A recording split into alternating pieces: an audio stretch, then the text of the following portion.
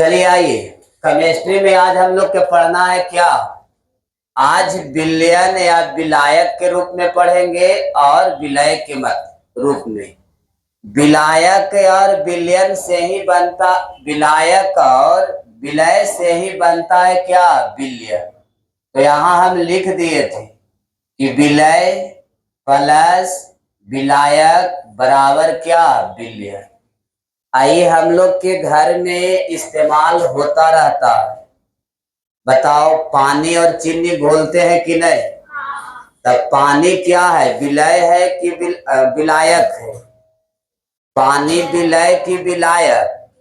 तो एकदम अपनी भाषा में समझना। जिसकी मात्रा कम हो, जिसकी मात्रा कम हो उसको हम क्या बोलेंगे, विलय। और जिसकी मात्रा क्या, ज्यादा। अब पानी के मात्रा ज्यादा होता है कि चीनी के? पानी के मात्रा ज्यादा है कि चीनी के? पानी के। तो जेकर मात्रा ज्यादा उसको हम बोलते हैं विलायक, और जेकर मात्रा कम उसको हम बोलते हैं विलय। मतलब पानी में समाहित हो जाती है। तो याद रखना है यहाँ कि विलय क्या होता है, विलायक क्या होता है और विलयन क्या होता है। तो बताओ, अगर हम नमक और पानी के घोलेंगे तो नमक विलय है कि विलायक? जल समझना, नमक विलय होगा कि विलायक होगा? विलय होगा। अब पानी क्या हो जाएगी, विलायक। वैसे और बताइए, दावा और पानी, दावा विलय होगा कि विलायक होगा? तो दावा के मात्रा कम होता है और पानी के मात्रा ज्यादा होता है कि ना। तो बताओ कि दावा में आप पानी मिलाते हैं कि पानी में दावा? दावा में पानी कि पानी में दावा? दावा में पानी ना ना। लेकिन कोई कोई दवाई ऐसा है कि में पानी मिलाया जाता है, लेकिन हमेशा इस्तेमाल हम लोग करते हैं पानी में दावा, न कि दावा में पानी। तो ये मिलेगा। तो आइए, आज हम लोग पढ़ना है क्या के बारे में पढ़ेंगे, विलायक विलय, तब बन जाएगा क्या, विलयन। जब विलायक और विलय को अगर हम एक जगह करेंगे तो बना देगा क्या, जलीय, विलयन। तो लेकिन हम लोग के यहाँ से पढ़ना है, केमिस्ट्री में पढ़ना है कि विलायक क्या है। जिस द्रव्य में, आसानी से समझना, जिस द्रव्य में किसी पदार्थ को घुलाया जाता है, क्या किया जाता है, घुलाया जाता है, उस द्रव्य को हम क्या कहेंगे, विलायक। फिर परिभाषा एकदम इजी हम लोग कर लेंगे अपनी भाषा में कि जिस द्रव्य में किसी पदार्थ को, माने कोई द्रव्य में पानी को, माने कोई द्रव्य मतलब पानी ले लिए, तो जिस द्रव्य में किसी पदार्थ को घुलाया जाता है यानी मिलाया जाता है, उसी को हम क्या कहेंगे, विलायक। जैसे में हम एग्जाम्पल में दिया क्या, जल। तो परिभाषा याद हुआ कि जिस द्रव्य में किसी पदार्थ को घुलाया जाता है उसे हम क्या कहेंगे, विलायक।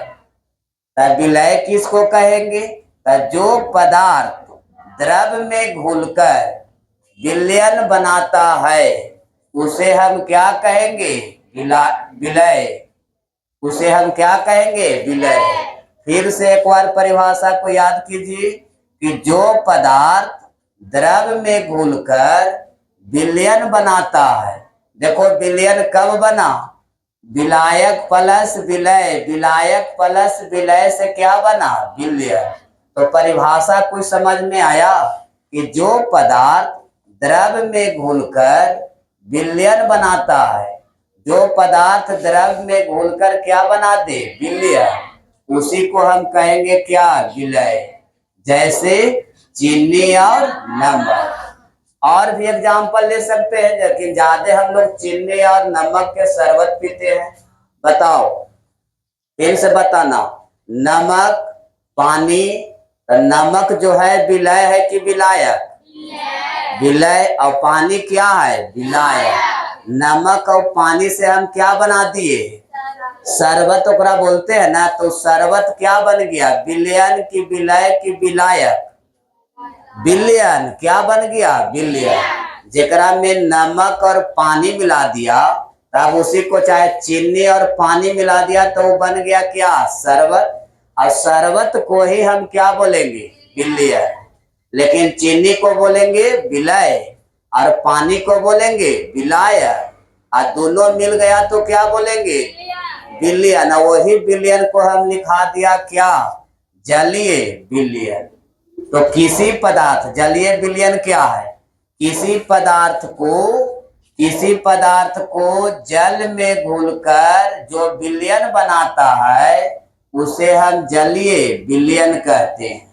जैसे क्या क्या घोल सकते हैं जल में, नमक, अमोनिया क्लोराइड, कॉपर सल्फेट, चीनी इत्यादि।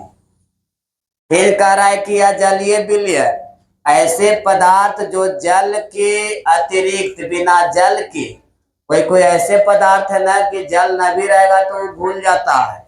तो ऐसे पदार्थ जो जल के अतिरिक्त अन्य द्रव्यों में घुलकर विलयन बनाते हैं उसे अजलीय विलयन कहते हैं। माने जल के अतिरिक्त, जल न भी है फिर भी क्या बना लिया, विलयन।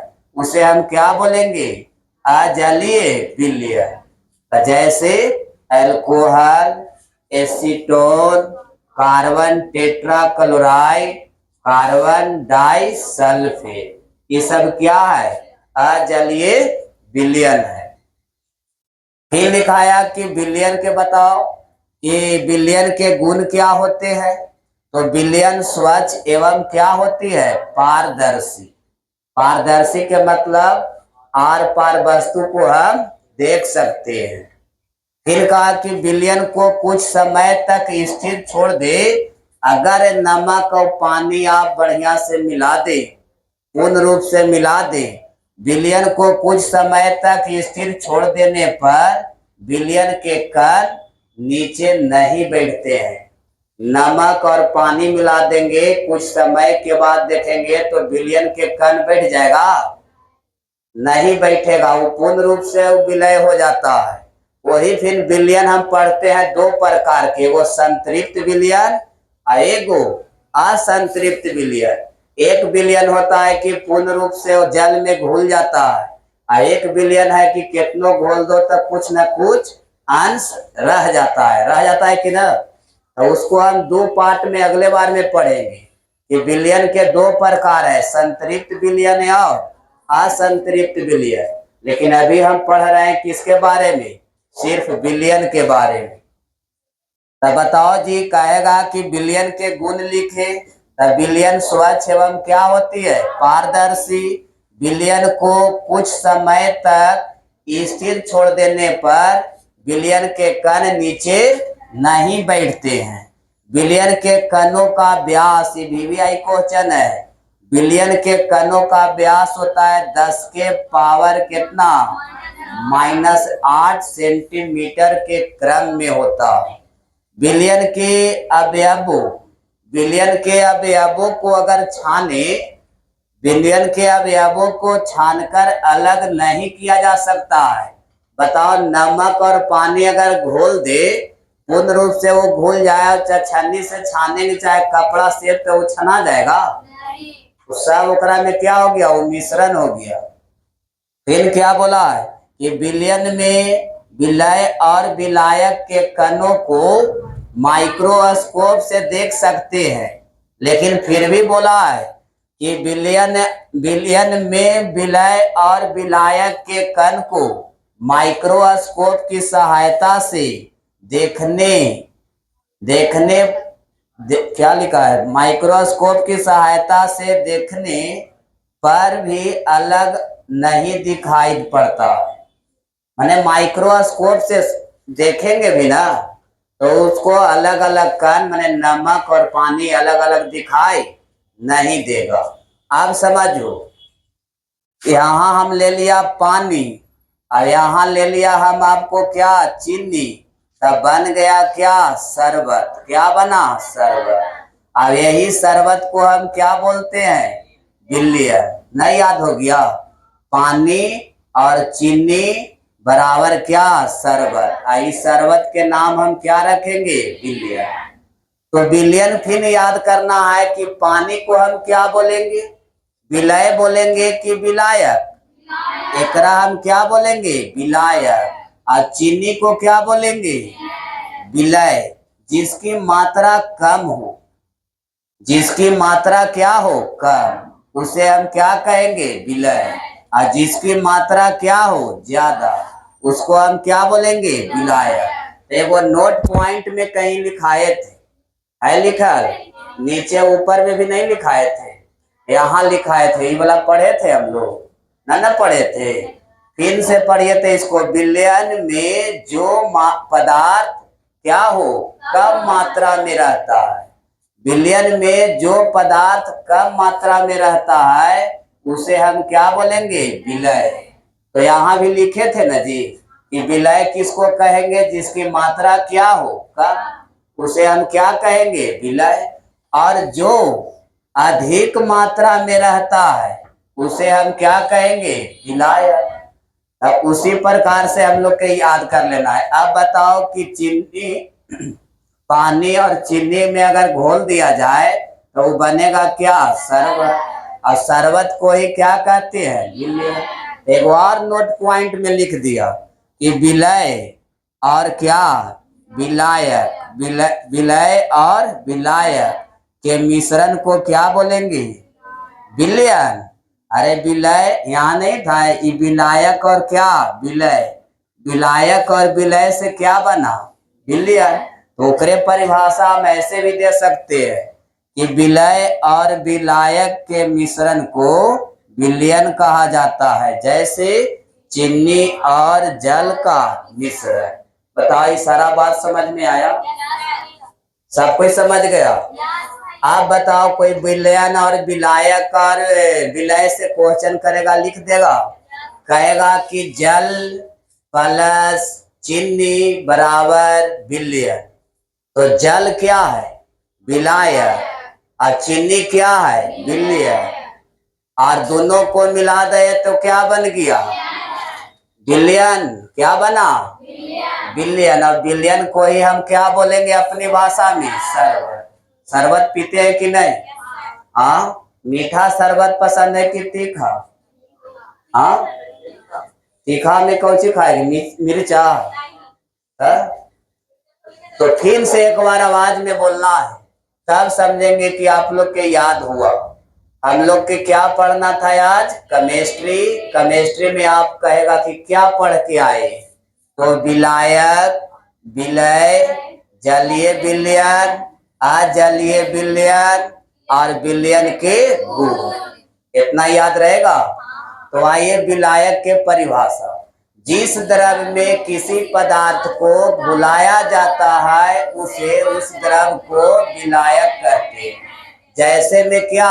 जल। जल घोल देता है चीनी के कि नहीं? आइए विलय क्या होता है? तो जो पदार्थ द्रव्य में घुलकर विलयन बनाता है उसे क्या कहेंगे? विलय। अरे ये जल है तो अभी विलायक है। जैसी जल में चीनी ना दिए ना तो वो क्या बना दिया? विलय। लेकिन वो बनाया कौची? विलय। जैसी जल और चीनी ना दिए तो क्या बना दिया? विलय। और विलयन जब बन गया तो उसी को क्या कहेंगे? विलय। तब ऐसे जैसे में एग्जाम्पल में क्या याद रखेंगे? चीनी और रबर।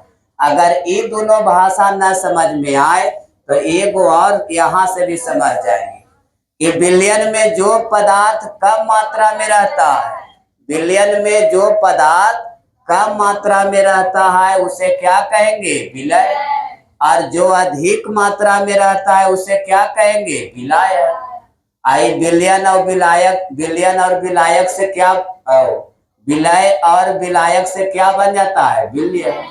अब कह रहा है कि जलीय विलयन क्या है? आप जलीय विलयन परीक्षा में न भी दे और खाली कहे क्या कि विलयन क्या है, यह परिभाषा लिखना कि किसी पदार्थ को जल में घुलाकर किसी विलयन बनाता है, जो विलयन बनाता है उसे हम जलीय विलयन कहते हैं।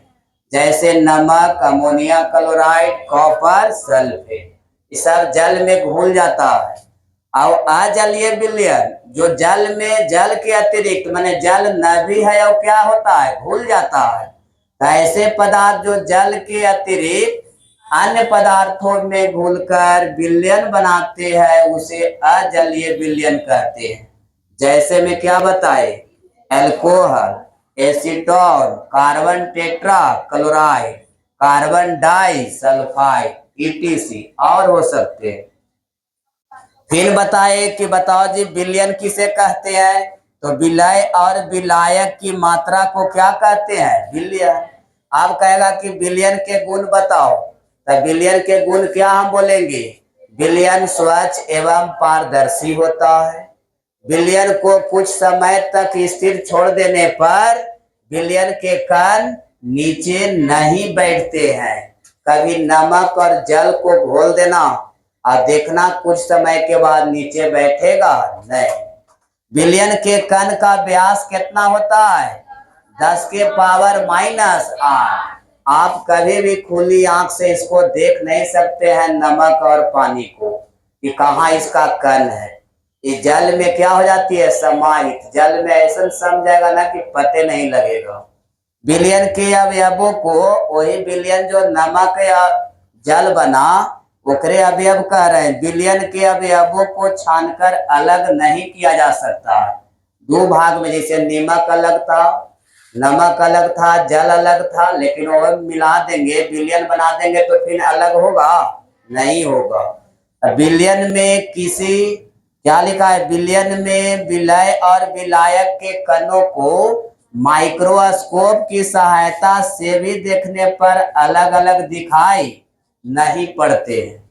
उसी को हम क्या कहते हैं, विलयन। विलयन के मतलब पूर्ण रूप से आप कहेगा कि विलयन के प्रकार के दो, एगो संतृप्त विलयन और एगो असंतृप्त विलयन। बाकी इसका आगे बताएंगे कि संतृप्त क्या होता है और असंतृप्त।